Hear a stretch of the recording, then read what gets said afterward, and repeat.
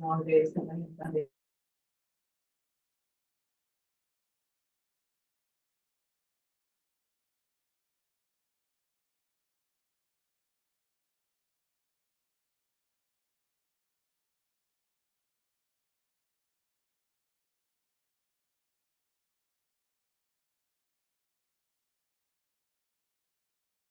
All right.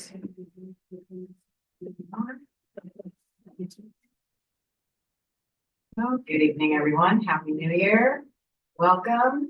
It's 2024. Oh my gosh. So I'd like to call the meeting of the Santa Clara Valley Open Space Authority Board of Directors to order at 6:32 p.m. I'd like to call the roll. Director Kennett. Here. Director Plaher. Here. Director Chapman. Here. Director Annable. Here. Director Alexander. Here. Director Potter. Here. Director Gill. Here. All right. So at this time, if there are many members of the public, they would have an opportunity to address the board on any item not on the agenda. Speakers will be limited to 3 minutes. Do we have any speakers on Zoom? No. All right. Right on to the approval of the minutes. Entertain a motion to approve the minutes. Move to approve. Second.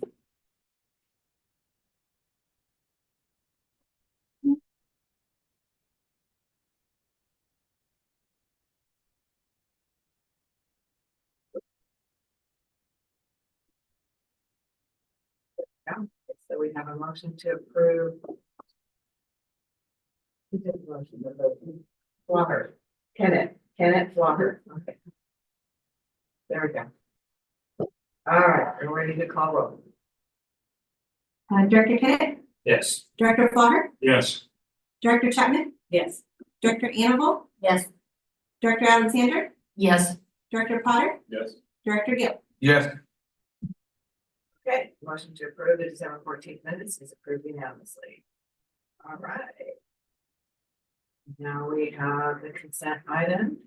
There's only one item on consent. I'll look this way. You have a motion to approve?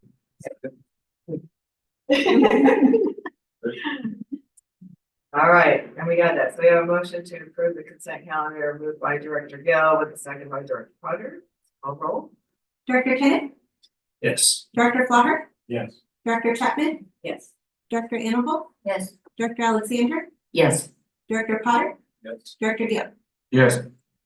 Motion for the consent calendar is approved unanimously. All right, yeah, moving right along here, new business. Which very exciting item, which is the election of board officers, chair and vice chair for 2024.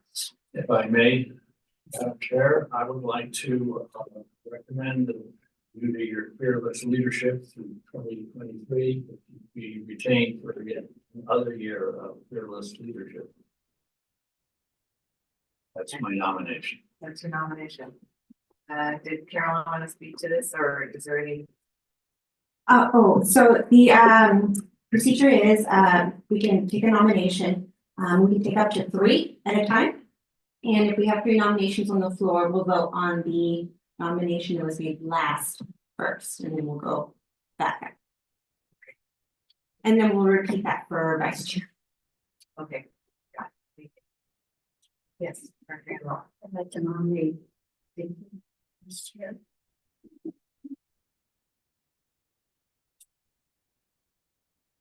so we have a nomination for, Need a second on these nominations? We do. yes, so we have 2 nominations for chair, or yes, we have a nomination for chair for Director Chapman, and we have a nomination for chair for Director Alexander. And we have no seconds. I second for Director Chapman. That means Director Alexander, you don't want to be chair this time?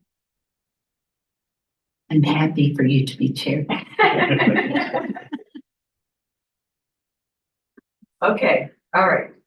Are there any other nominations for chair?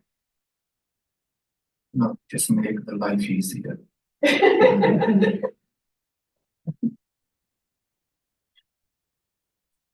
over with.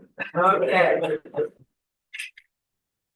I think this is fun. I mean, For those watching at home, we have of late been on a pattern where we have had our chair do 2-year cycle of chair and vice chair. And so I like that. And I liked it when I was chair and I thought it was helpful to the organization. So I'm glad you're willing to serve again as chair. With the vice chair. thank you. Okay, so Are we ready to vote, Chair? I think we're ready to vote.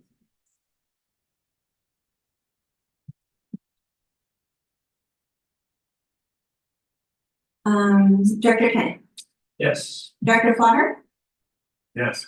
Director Chapman, Yes. Director Annabelle. Yes. Director Alexander, Yes, Director Potter, Yes. Director Gill. Yes. Okay, so thank you, my esteemed colleagues. I'm glad you have confidence in me for another year. It's been fun. I really do enjoy working with you. I think we had a good 2023 and I hope 2024 is even stronger. Okay. Not to mention the extra money. Oh, yeah. Okay, so now we need to entertain a motion for vice chair.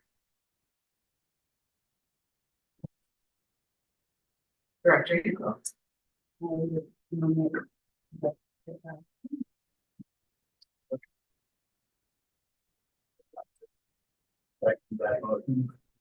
Okay. All right, so we New have. third?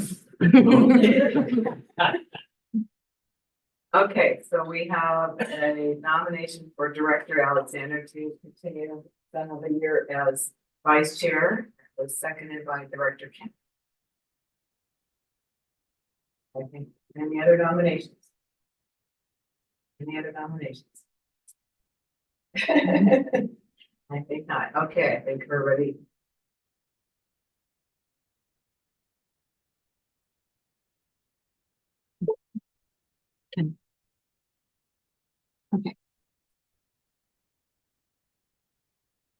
Ready to call roll? Yes, Director Kenneth, Yes. Director Flaher, Yes. Director Chapman, Yes. Director Annabelle. Yes. Director Alexander, yes, Director Potter. Yes. And Director Gill. Yes. All right, congratulations, vice chair. thank you. And I'm glad to serve as vice chair under you.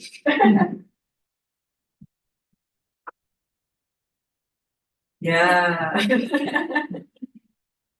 Okay, so the next item we have is to review proposed changes to the Administration and Budget Committee's meeting schedule and approve amendments to the board operating rules and procedures related to land use and stewardship. So this is the official name change. And dates. Caroline.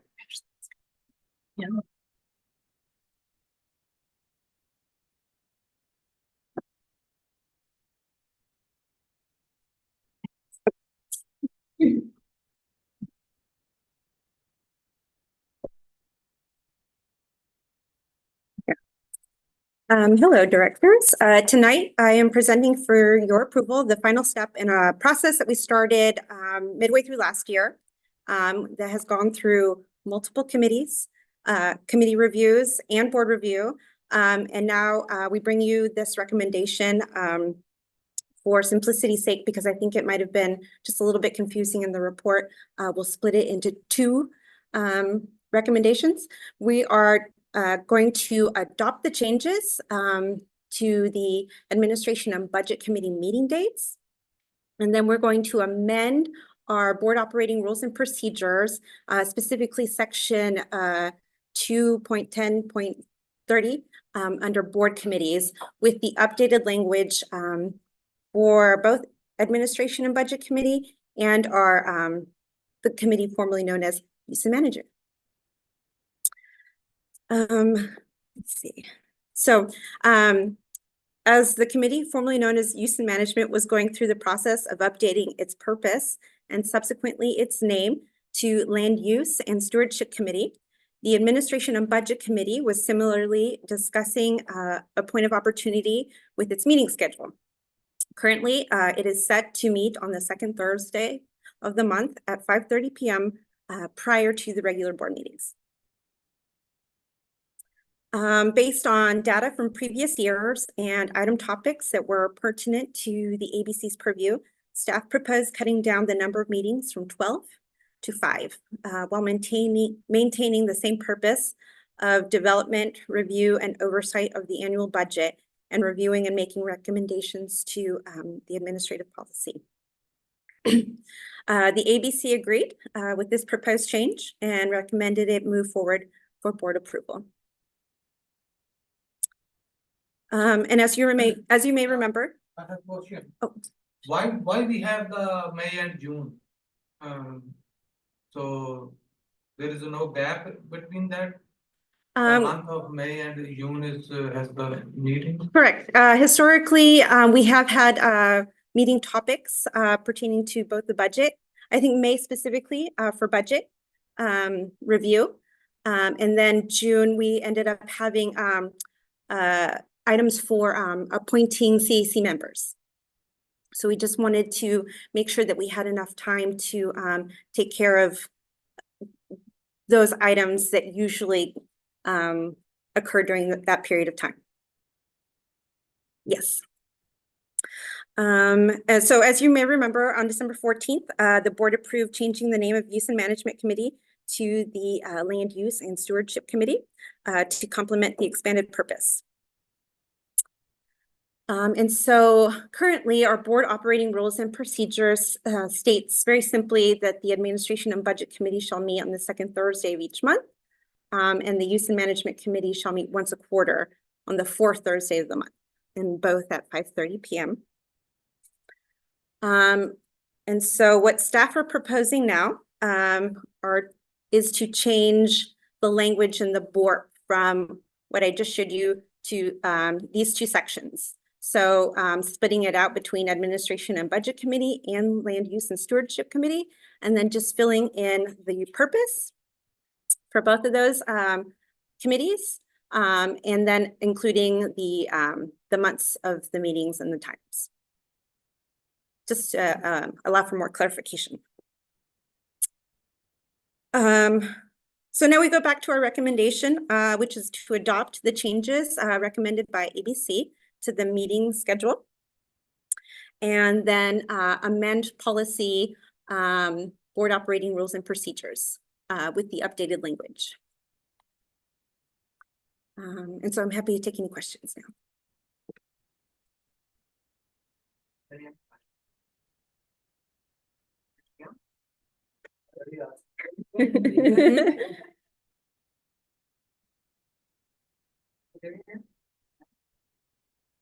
No, that's like that question. Okay. Pretty straightforward. Thank you. And then this is an item to vote on. Move approval of the staff recommendation. I'll second. Are there any public comments? No. All right. We have a motion to approve in a second.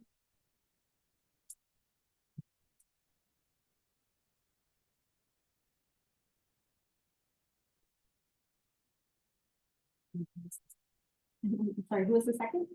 Yes. Okay.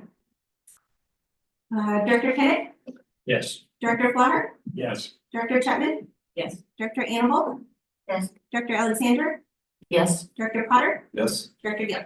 Yes. Motion to approve the proposed changes to the ABC committee schedule and the committee, land use and stewardship committee passed unanimously. That's both. Those both is one motion or two motion? Yeah. It's one motion. Just the one. Yes. Okay.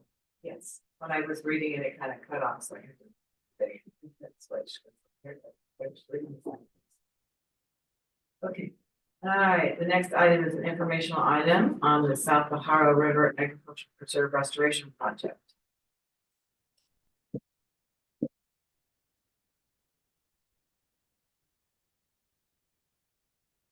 Right. Good evening, board members. My name is Rachel Clemens. I'm our watershed restoration specialist. I work on the natural resources team and I manage projects that restore or enhance aquatic habitats like creeks, ponds, and wetlands. I was hired just back in September, so it's a pleasure to be here giving my first board presentation about a very exciting project that we have going on down at the South Pajaro River Agricultural Preserve. So just as a reminder, this is an informational item. The goal is just to update the board and the public about our progress to date on this project and to prepare the board for a subsequent conversation that we're going to have in which we'll discuss a transaction with our partner organization, VHA, and I'll explain a little bit more about that later. But this is kind of setting up for that conversation to happen at a later time. So I'll start by introducing the context of the project, the location, the people involved, its goals, as well as why this project is important. And then I'll dive into some details about the work being done in each of the phases. And at the end, I'll happily take any questions or comments that you might have. So this is the Pajaro River Agricultural Preserve, also known as PRAP. It's a property that's owned by the authority. It's near Gilroy, and it's actually right on the county boundary. So the property line is actually the same as the county line between San Benito and Santa Clara counties. We purchased this land about 10 years ago using some grant funds from the Pajaro River Flood Prevention Authority. The property is in active agricultural production. As you can see here, there are two separate parcels, and we refer to these as North and South PRAP. The focus of this restoration project and of this presentation is on the South parcel. On the left of the map, you can see Llagas Creek. I'll try to do the little, you can use this. Okay, yeah, here's the, yeah, so this is Llagas Creek, and on the right is the Pajaro River, and they converge right here on the south end of the property. When OSA first purchased this land, we created a 50-foot minimum riparian setback, meaning we took a small amount of land out of agricultural production to create a buffer between the stream and the agricultural space. And this is really what set the stage for restoration work to happen here. So just briefly zooming out to a regional context, historically, this area flooded all the time, and it was essentially a seasonal, if not year-round lake called Soap Lake. Soap Lake was eventually drained and filled in for roads and agriculture and development, but it still floods very often. The South PRAP property is outlined here in red, and you can see that much of the property, and in fact, all of our restoration work is taking place in the tan colored areas, which is the 2-year floodplain. And the rest of the property is in the green area, which is the 10-year floodplain. So if you're not familiar with, 2-year floods or 10-year floods, it's basically just a measure of statistics and how often it's likely to flood. So, within a 1-year period, there's a 50% chance that the tan area is going to flood. So on average, we see a flood every 2 years. That space will be inundated. And if you're familiar with FEMA maps and flood insurance, that's another common connection. You have to have flood insurance if you're within the 100-year floodplain, and pretty much this entire region is in that. So just a little bit of context there. So it makes a lot of sense to do stream and wetland restoration in a space like this, especially given the flooding that is known to occur downstream as floodwaters from these upper reaches make their way down through Watsonville and eventually out to the Pacific. So this is a different watershed than a lot of our projects. The Pajaro doesn't drain to the bay, it goes directly to the ocean. So this is just elaborating a little bit more on potential downstream flood benefits. This article is from last year, and it documents a levee that was breached due to a lot of rain and flooding on the Pajaro. It caused a lot of damages, and thousands of people had to be evacuated in the town of Pajaro. Most of these people were low income or migrant farm workers. And unfortunately, this isn't the first time that flooding of this nature or magnitude has happened in these communities. It's a pretty frequent issue. So ideally, any restoration that's taking place upstream can retain more water and at least help alleviate some of that flooding. in the lower reaches. So, you know, our project isn't necessarily by itself going to fix this issue, but if there are lots of these little projects and we're doing our part, that's kind of how we make a dent in this issue in the long term. So there's a really important social and equity nexus here in addition to just protecting the environment. So with our projects, these are sort of the organizations that came together to do this restoration work on South Pratt.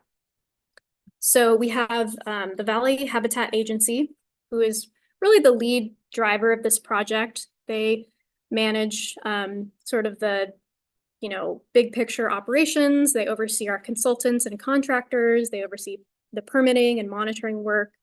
They are the primary financial contributor through a couple of really large grants and their habitat fees. And our consultants are ICF, who is our engineers and designers, and then Tykert Construction. They really take the plans and make them happen on the ground and ultimately move the dirt where we need them to move it and kind of have that technical expertise on planting and irrigation and design of the site. And Point Blue is also a really common partner of OSA. We work with them on a lot of our projects, and their expertise is really community-based restoration. Their STRAW program, which stands for Students and Teachers Restoring a Watershed. Through that program, they have built really deep connections with students and teachers and local schools, and we actually bring the kids out to the site and they help us do some planting. So they are really very good at, you know, handling the logistics of getting all of our plants in the ground while also crafting this really fun and unique experience for the kids. And ultimately, that's what makes our project community driven rather than just something we're doing in our own little niche. And Point Blue is also managing a large grant for the project too. And as the landowner, OSA is kind of touching on all these different components. We help Point Blue and the Habitat Agency with project management. It's really a group effort. We're all making decisions together. We coordinate with our agricultural tenant to make sure that our restoration isn't impacting agricultural operations. And speaking of our tenant, I just wanted to specifically call out, this is an active farm, and our agricultural tenant, Luis, has been farming North and South Pratt for about 5 years. He grew some green beans this year, which are pictured here. And this farm is organic in practice and working towards its certification, which can take a few years. So getting into the actual project, like I mentioned before, it's on the Pajaro River near the confluence with the Lower Llagas Creek. There are 3 phases of the project, and we are just nearing completion of phase 2. So the goal of phase 1 and 2, which are really 2 components of the same project, I would say, is the restoration of about 1,000 feet and about 4 acres of riparian woodland. And then with phase 3, we may restore up to 30 acres of wetland for a bit further downstream. So the primary goals of this project are habitat for sensitive species, but we also hope to see some positive impacts for flood protection and water quality. So the cost for phases 1 and 2 is about $1.5 million, so a pretty big project. That's total funds, definitely not just OSA's contribution. And a lot of this is funded through, like I mentioned, very large grants. Phase 3 is going to be a larger project, likely in the multi-million-dollar range. It's pretty conceptual at this point. We don't have designs or a budget yet, but we'll definitely be pursuing grants and outside funding for the majority of those costs. Would also like to elaborate on the wildlife benefactors. This project intends to benefit a lot of sensitive species, like the monarch butterfly, which is in severe decline. We're planting a lot of milkweed on site, the northwestern pond turtle, the red-legged frog, the tricolored blackbird, and the least Bell's vireo, which is on the bottom right here. That's a federally endangered species. So this site either already is or hopefully will be suitable habitat for them, among other species, of course, too. So this is a map of the South Pratt parcel. And like I mentioned, the project takes place in 3 phases. So the colors here outline the approximate phase areas. So phase 1 is in red, and phase 1 was really about getting an early start where permitting wasn't required. So where we weren't going to change the grading or the sloping of the land using heavy machinery. So we essentially put about 400 plants in the ground. Unfortunately, due to the pandemic, I think there wasn't any student work days, but OSA and Point Blue staff installed these plants, and they really served as a test run to see which species did well at a site and which ones didn't. There's very clayey soils here, so it's kind of important to give it a little bit of a test run. And I asked Point Blue, and we've had about 80% success with these phase 1 plantings, which from my experience in restoration is excellent. So that's really exciting. And all the plants are set up with irrigation, and they are very well taken care of for the first few years of their life to give them a good head start. So phase 1 is complete, and maintenance of the installed plants is ongoing. Phase 2 was a lot more involved. It included a large-scale excavation of soil to change the grading of the land, and I'll show you some pictures here in a moment. We graded along about a half-mile reach upstream of the confluence in these blue areas. And we essentially widened the stream channel to mimic its more natural state. The project removed about 6,000 cubic yards of soil, which was relocated on site. That's about 600 dump trucks worth of soil. So like a dump truck you might see on the highway. It carries about 10 cubic yards. So a lot of soil. Grading is now finished and planting is underway. We're going to install about 6,000 plants this season, which is a lot of plants. We're expecting to complete everything in spring. And then, of course, there'll be a period of monitoring and maintenance over the next 5 years. It's also worth mentioning that the board recently approved funding to install a variable rate pump on the well out at Pratt. So that not only helped improve the farm's operations, but it's also helping to water these plantings, which is really great. So that project is complete, and the well is working great.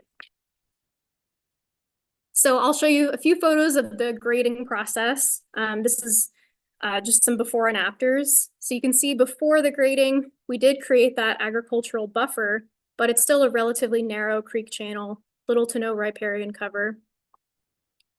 And after, you can see there's an expanded area for the creek. We're sort of reconnecting it to its floodplain so the water has somewhere else to go other than downstream. We call this little area here the wetland bench, and we have specific species that we're planting there as opposed to in our more upland sites. And this is another before photo. And after, so it's just from the other side. And this is from a different angle, a little bit further downstream. This area actually had some decent riparian coverage to begin with. But afterwards, you can see the change in the slope, as well as some of the flags for plants in the ground. And the rows of green are actually little tiny baby native grass seedlings that we broadcasted to kind of give them a head start over the inevitable annual invasives that will pop up. And here you can see this is our project team out flagging the site. We created these different zones that will plant different species in depending on how far it likes to be away from water. And all of these different colored flags represent different species. So it was fairly well planned out where each species is going to go and where it's going to do best. And on planting days, students match the plant that they get with the correct colored flag. So Point Blue has a really dialed in system for getting them to plant these correctly and with the best chance of survival. So here's a few more photos of the students in action. We've had 2 planting days this season, and I believe we have almost 10 more scheduled for this season, at least tentatively. And we actually have an OSA volunteer day this Saturday out at Pratt. So lots of people getting out to the site and helping out with this project, which is really cool. So for phase 3, you know, it's a little bit different than phases 1 and 2, which are largely complete. Phase 3 is definitely a distinct project. And like I mentioned, it's just conceptual at this point. It's moving downstream to this yellow area, so focusing right at the confluence and where these two streams converge. Again, we have Yagas Creek on the left and the Pajaro on the right. And VHA, their intention is to create up to 30 acres of wetland habitat by widening and improving the area where these two streams come together. Right now, they're coming together more or less at a right angle, which is a pretty unnatural system. So we're hoping to, again, create that wetland habitat. So this phase would make a lot more of an impact on flood retention than phase 1 and 2, just because of its size and its location. One interesting factor is that there's a levee, and I've kind of denoted this with my rudimentary orange rectangle here. There's a levee on Yagas Creek, and that's really tightening the channel and funneling those floodwaters downstream rather than allowing it to slow and spread out over the land. So phase 3 might involve modifying or moving or breaching this levee, which is going to introduce a lot more complexity and new partners to the project. The levee was built with NRCS funds, and Valley Water currently operates it and maintains it. So we've been in contact in this initial planning stages with both of those entities. So that'll be an interesting thing to navigate as we move forward. National Resource Conservation Science, is that right? Service. They do a lot of work with, I think, flood mitigation and providing funding to farmers and ranchers for conservation projects and improvements. So VHA has procured some funding from the state to fund the planning stage of this work, which is promising. And if implemented, you know, VHA would fund this through habitat fees and also grants, like I mentioned before, since it is going to be a very large project.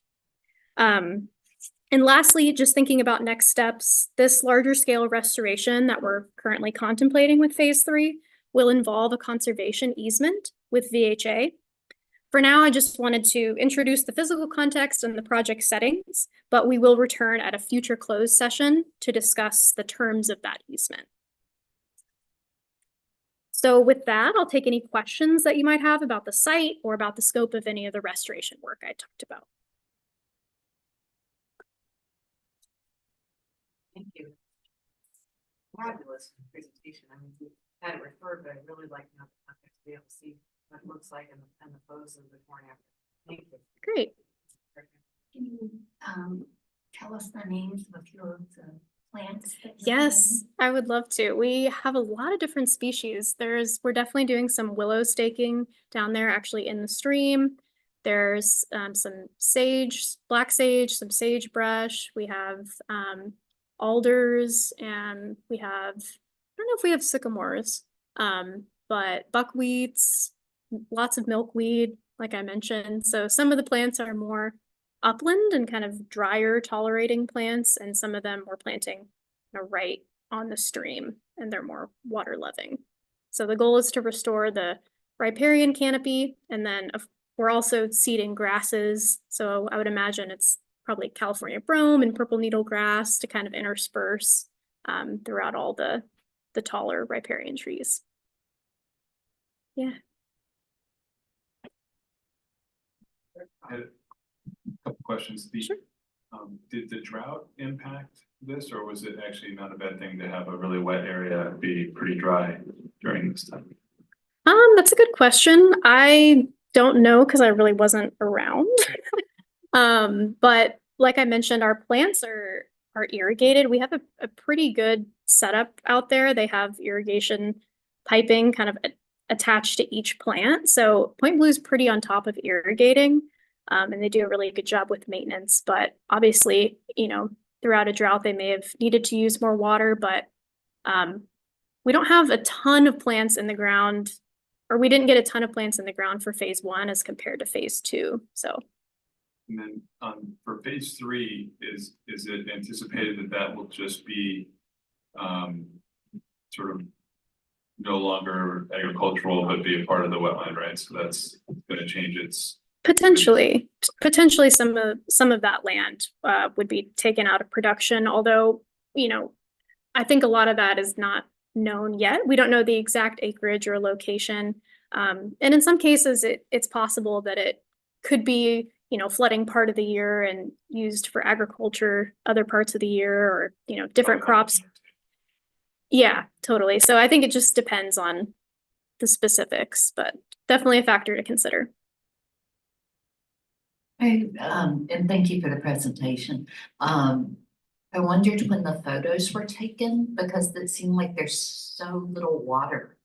Because that was the Yeah. Pajaro River, right? Mhm. And then to see the flooding later on. Yeah, How far inland is it? it's pretty far inland. I wish I had a map of the whole watershed, but this is definitely the upper portion of the watershed, pretty close to the headwaters, in fact. So there's not often a lot of water in it. It's probably pretty flashy and designed to drain as quickly as possible. But some of these pre-construction photos were taken in the spring or summer before we did the grading, because that's when we typically do grading, is in the dry season.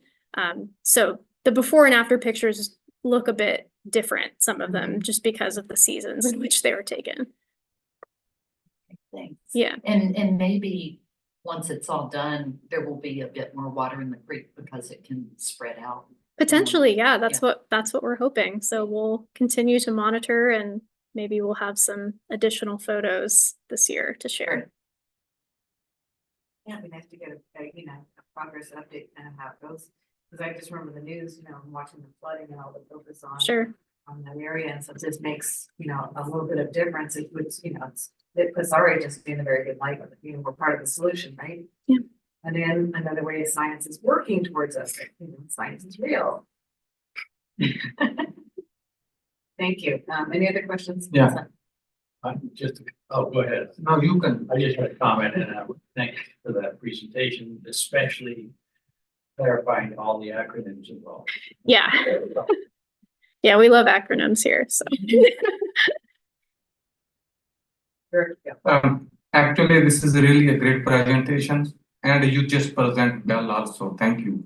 The question, I just saw you just mentioned that to be determined. So do you have any kind of funding in the pipeline, you think? For phase 3? Yeah. Just for the planning phase. So I think, a lot of times how these projects work is you have to do some high level planning and feasibility to even understand and get a rough sense of what you want to do and what's possible in the site. And so VHA has about $220,000 to fund that portion or part of that. And I think once we understand if we're going to be able to move forward and what that looks like, then we'll be able to actually have a concept to present to funders. So But my question is that do we have anything, that we are going to be present this funders and then they can fund that? yeah, great question. Well, VHA will definitely fund a lot of it through their habitat fees, but I'm not sure exactly what grants they might consider. The grant that they have for planning is through the Wildlife Conservation Board, the state. So they give a lot of local assistance grants. That's how part of phase 2 was funded. So that could be another potential source, but I think we'll have to wait a little bit longer and see if we can get more details on funding. Thank you. Chair, if I can just. Yeah, absolutely. We have every reason to be wildly optimistic that the restoration project will receive tremendous grant funding. The way that we've worked with the Wildlife Conservation Board in the past is typically after they've invested in planning, then they leverage that investment to pay for the very successful plan we put in place. So we think they're one of many likely funders. The other thing, 30 acres of wetland restoration in this landscape. Historically, the confluence of the Yagas and the Paro emerged as a seasonal.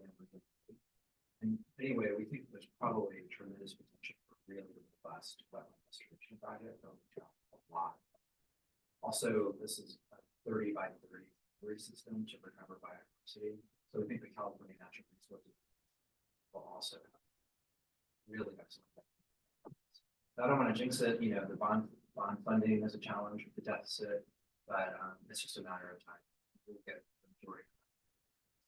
The reason I just ask this question because whenever you start any kind of project, so then funding is very important to calculate before actually start the project. It's not maybe in the middle, you cannot get any kind of funding, then the project will be stuck there. That's why I'm just asking, so to be determined meaning. So we have anything in our pipeline, then we know that this funder will be fund that project. So that's the question anyway. Thank you. Yeah, great question. And this, I'll just also add, this area and this project specifically is called out in Valley Water's One Water plan for the Upper Pajaro. So it's a big priority for them as well. I don't know if they would be able or interested in funding, but they're certainly going to be a partner. So that's another thing we have going for us. I wasn't gonna say anything about that, but if I remember right, when we acquired this property and even with our sometimes complicated farmer, the goal of this is where water is, and it's gonna be super valuable to protect, preserve, and enhance and restore. So it's really exciting. This is like one of the best ways to start the new year. We bought this years ago, went through complicated stuff all along the way. Some on our own doing, some on other people's doing, but in the end, we're gonna do the right thing and it's gonna be amazing. So Yeah. it's super exciting. I know former director Hall would be thrilled to hear what's going on there. We should make him help him go out and plant some things, since he helped also work so hard on the Habitat Agency's creation, which we should continue to remind them that Yes, we help them talks to about be soil created. biodiversity, yes, absolutely. Through the chair, just to respond, Director Potter, you have an outstanding memory. When we acquired this property, it was acquired specifically to retire the agricultural acreage at the confluence to restore this wetland habitat. And while the authority is absolutely leading the mission to preserve viable agricultural lands, when you compare the conservation values, this is a unique and irreplaceable location to wetland restoration. I think our staff had to go out and mark our buffer zone a couple different times and really make sure that everyone knew where they were supposed to be planting and not supposed to be planting. Negotiated with the Powder River Flood Prevention Authority and the Department of Water Resources, a footprint of up to 40 acres to do this kind of restoration. So they knew. Okay, so I'm trying to that road's really close to the water. Yeah, got it. Yeah. So, any more One more questions? question. Yeah, of course. It has to do with, it's San Benito, any of its agencies adding to the funding? Not for this specific project.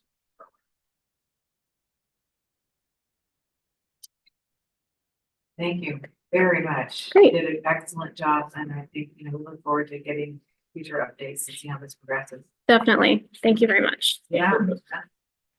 Great way to start the year. Okay. Now we are, Jeff, we're at the end of the agenda, informational reports. General manager. Thank you, Madam Chair. So our staff's gift to you, first of the year, is a much abbreviated first meeting. I just have a handful of reports, and then I think our leadership team has a few more. So Matt touched on a little bit, but we're following and responding to the governor's 2024 budget proposal that was released yesterday. What we know so far is the estimated state budget deficit has been reduced from 68 billion to 38 billion. So the cuts will still need to be made, but they'll be less severe than we previously feared. His current proposal is to reduce spending on climate-related programs by about $6 billion this year, which could affect some of the grant that we plan to apply for. There also was no mention of the state's potential climate bond measure that we're hoping to see on the November ballot. And we're not quite sure where the governor stands on that at the moment. So we'll keep you posted and hope to see something about that soon. The second thing we wanted to report out is, as the board is aware, we plan to introduce legislation to amend our Enabling Act in 2024. We've approached Senator Dave Cortese to be the author of that legislation, and he is evaluating that right now. Some draft bill language and evaluation from the Legislative Council has come back. And we have until January 19th if we want to submit any additional changes to the proposed language. So that's where we stand on that, and we'll keep you posted. Matt Freeman. Good evening, directors, and happy new year. 2024 is going to be a really big year for the Coyote Valley Conservation Areas Master Plan. Our team is currently evaluating an incredibly robust draft existing conditions report, which outlines an incredibly wide array of issues and opportunities that affect the property. And that report is going to serve as the foundation for the very next phase, which we're going to lead into, which is the planning and visioning phase. You'll remember that last year we were awarded a little over $1 million by the State Coastal Conservancy to fund our public engagement process. So our planning team, including a number of consultants, are working with us to design some really, really novel and exciting ways to engage the community in the visioning scenario. So it's going to be really public facing and really exciting. The draft existing conditions report will be released to the public in a couple of months, and the visioning phase will kick off probably spring summer. But it's going to get going really fast. And then building on Rachel's really outstanding presentation about the Powder River Ag Preserve, the Open Space Authority is participating in a new conservation planning process for the Upper Powder River watershed that surrounds our Powder River Agricultural Reserve. So we're supporting POST and a large team of consultants to facilitate 3 workshops with our conservation partners. And the aim there is to identify our conservation targets in the upper watershed, to develop conservation strategies, and then to really figure out the roles and responsibilities of the organizations and agencies that do conservation work, so we can figure out how to most effectively work together. The goal is really to identify similar properties to craft where we can scale up agricultural preservation, habitat restoration, floodplain protection. And remember, like Coyote Valley, the Upper Powder River is the only other real practical place where we can connect the Santa Cruz Mountains and Avalon Ridge to the rest of California, and specifically the California. So that's another just tremendous co-benefit goal of the riparian restoration of the and so, yeah, really trying to scale that up. And another great partnership with Express, this is a new landscape for them. And we appreciate that they connected with the open space and help them bring in partners to be included. Happy to take questions and problem with that. I'll turn it over to Aaron. You there? Thanks. So Post is working with us on something south of Gilroy, right? So is that what you just said? Or near? Yeah, so Post is going to be working with us in the upper Powder watershed. Yeah, so it's a little south of Gilroy. So that's new. That's a Yeah. a further incursion into our county. Why Post is getting into that area is to kind of double down or leverage on the investment they've made in Coyote Valley. And it's a little bit of a resilience and a redundancy strategy, right? Because to really fully reconnect these two landscapes, they don't want to put all of their eggs in Coyote Valley, right? And so they're working, yeah, with expanding Well, their geographies. super excited to hear that, and that we want to do everything we can, I think, to encourage their greater participation in our territory. The coast side and 650 is all covered, so they don't need to be as busy up there.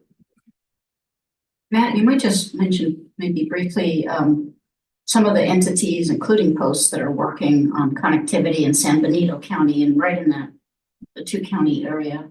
Yeah, so this, I think folks are increasingly, recognizing the importance of landscape scale conservation, right?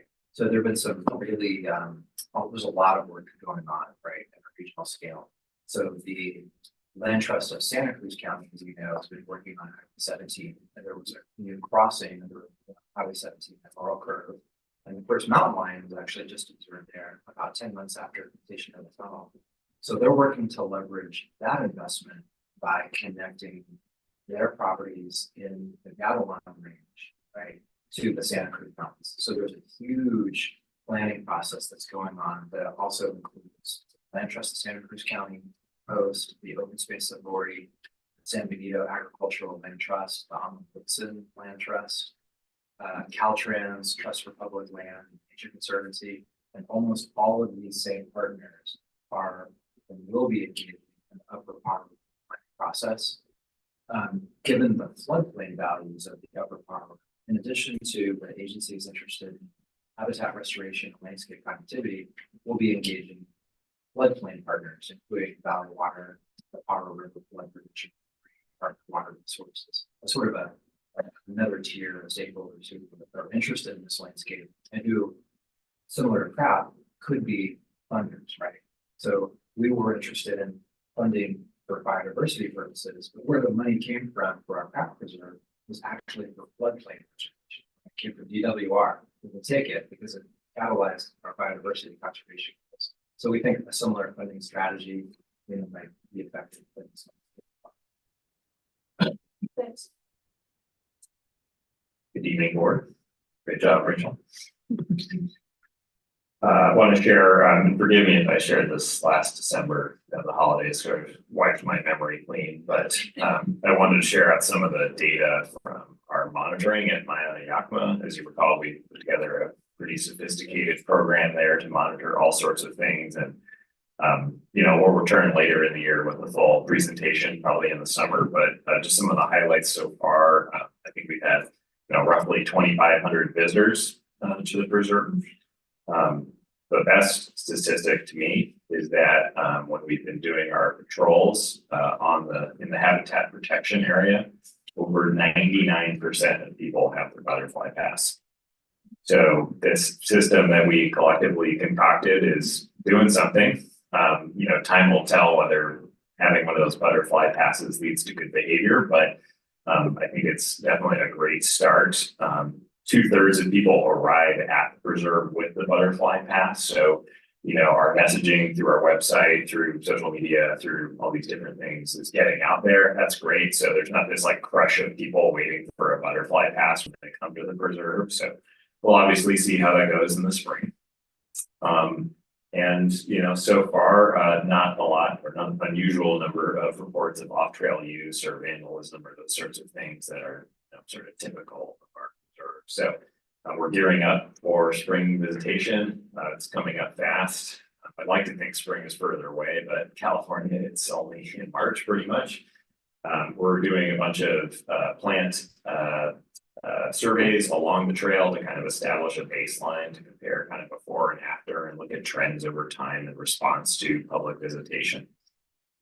And in that same area, we've submitted a number of our long-term management plan annual reports. We do a lot of fee-for-service land management along Coyote Ridge. It's probably an under-celebrated part of our work, but it not only leverages our staff time, but sort of creates this regional stewardship that OSA is kind of a hub of. And David Mock on my team does a lot of that work directly on behalf of BTA and Valley Water. So we work with them each year to put together these long, thrilling regulatory reports that, show that our management and their management is going well out there. Rachel here will be working on monitoring the success of our wetland restoration out at Spreckles. If you do a hike out there anytime in the coming year, you'll see that we've replaced the outlet structure with a new one that kind of holds water back. It's a weir and it has these little boards you put in to raise or lower the water elevation. And keeping the wetland wet is kind of the goal there, and hopefully we'll see some more birds there as a result of that.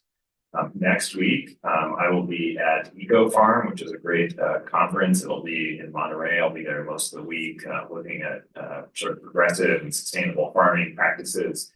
And we'll fold some of that into our agricultural specialist recruitment that I hear is going out this month. So hopefully we'll get someone great in that position that can really help catalyze our agricultural program. So stay tuned on that.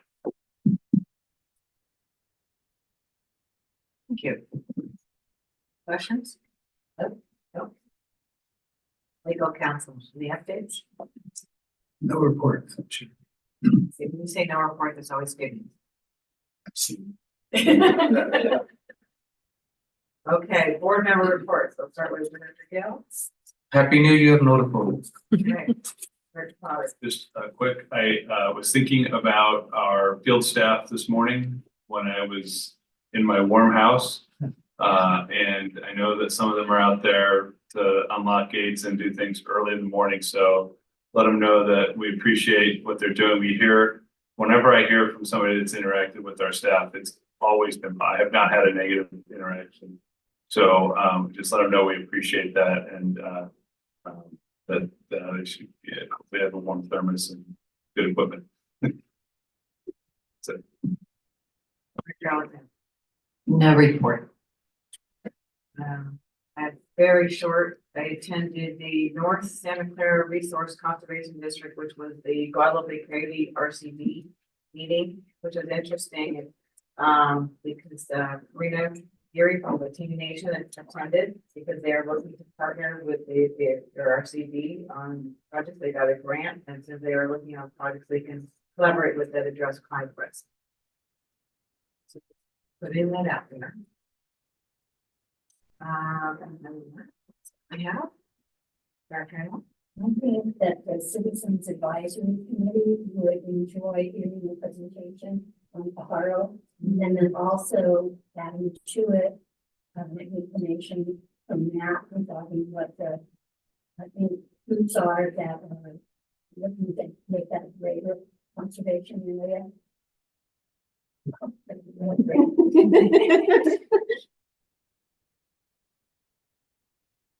Director Potter, no report. Director Kemp. What's been exciting? Well, tell you. First meeting this morning of the Economic Development Committee, Morgan Hill, heard a report from Ron Ranieri. You heard of him, met him, know who he is? So she's developing the all year farmers market. I beg your pardon. We are meeting with the Terra Amica Farms to talk about this very exciting project, which you're about to describe in Morgan Hill. We're meeting there in early February. Right. How many of the staff are going? 30. No, I'm just kidding. Everybody would love to go. I think there are about 5 of us going. And Julie Morris, the ombuds person for the county, is going to join us Good. to talk about opportunities to connect farmers in Coyote Valley with this very exciting venture in Morgan Hill. Right, I mentioned that I was with the Open Space Authority and he said, you know, we have an Open Space Association going to meet with us. So hopefully the same organization. Authority, we don't associate. Right. So very interesting project. It's gonna take a while, and it's I saw the layout this morning, and it's on the southeast corner of 101 and Tennant. And you can get me on the list for that meeting. I think it's 7th of February. I'd like to go to. Yes, and it's a lunch. Unfortunately, we're not going to be able to eat at the farm. We have to bring our own lunch, but that's okay. We're going to have a great meeting. I have a brown wagon. Okay. Well, anyway, that's me, and Happy New Year, and warm. It's cold here. I left Yosemite yesterday morning at 19 degrees. So enjoy the 40s and 50s.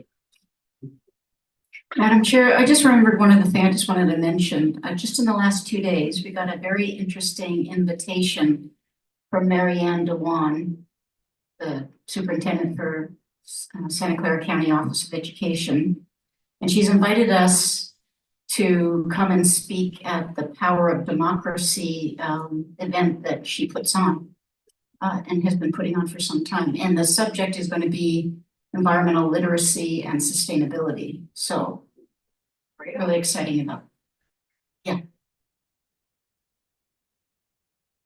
Oh, one thing jog my memory. Aaron, at the meeting, Stephanie Moreno is interested in the butterfly pass. That might be a future update. And I told them successful it was for us. They said, yes. They'd like to hear from you, so possibility. Okay. I know you're all looking forward to this, right? Okay, well, there's no other business. I guess the meeting is adjourned.